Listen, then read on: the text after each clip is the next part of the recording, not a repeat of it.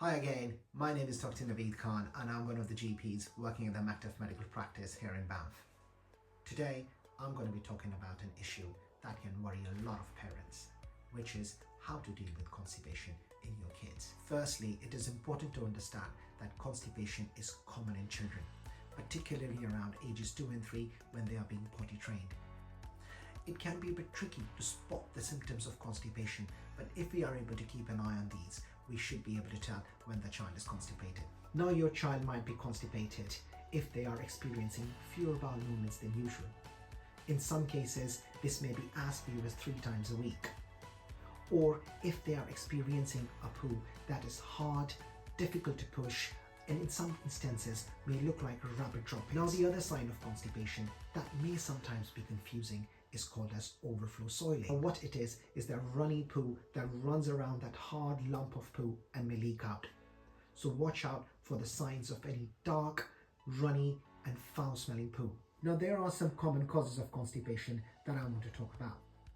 These may include not drinking plenty of water at regular intervals throughout the day, not eating a diet that is rich in fibers such as fruits and vegetables, prolonged periods of inactivity, for example, sitting on the couch, watching an iPad or watching a telly for prolonged periods of time that can slow down your bowel movement and therefore lead to constipation. Now, the other factor is the anxiety. Many kids find the use of toilet as an anxiety-provoking thought and therefore want to avoid it altogether.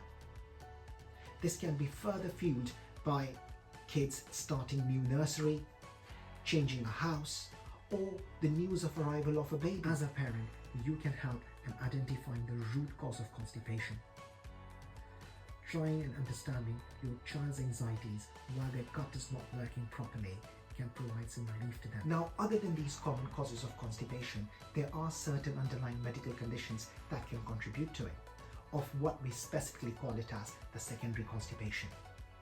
So, if your child is having an ongoing tummy pain, or is feeling constipated despite of the medical treatment, or you are having concerns about their overall growth, then it is best to speak to your doctor. Now, the question is that how do you manage constipation? If you feel that despite addressing the factors that I mentioned before, the constipation is not improving, then it's the time that you see your doctor. Now, the doctor may want to examine your child, ask different questions to find out if the constipation may be caused by an underlying condition. Most of the constipations require the use of medicines called laxatives. These laxatives must be mixed with right amounts of water for your child to be taken on a daily basis. To begin with, doctor may want to start your child on a disinfection regime. That simply means taking lots of laxatives to clear out the backlog of the poo. It is important to understand that while being on a disinfection regime, the symptoms of constipation like soiling and abdominal pain can worsen before they start becoming better.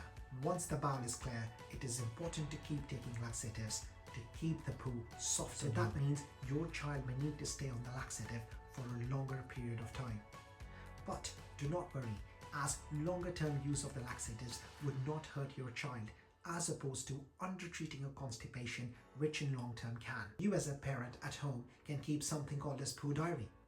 This will give a good idea to your doctor in identifying triggers such as certain foods, behavioral issues that could be contributing to constipation. Therefore, it is important to remember that the main goal in treating constipation is the perseverance.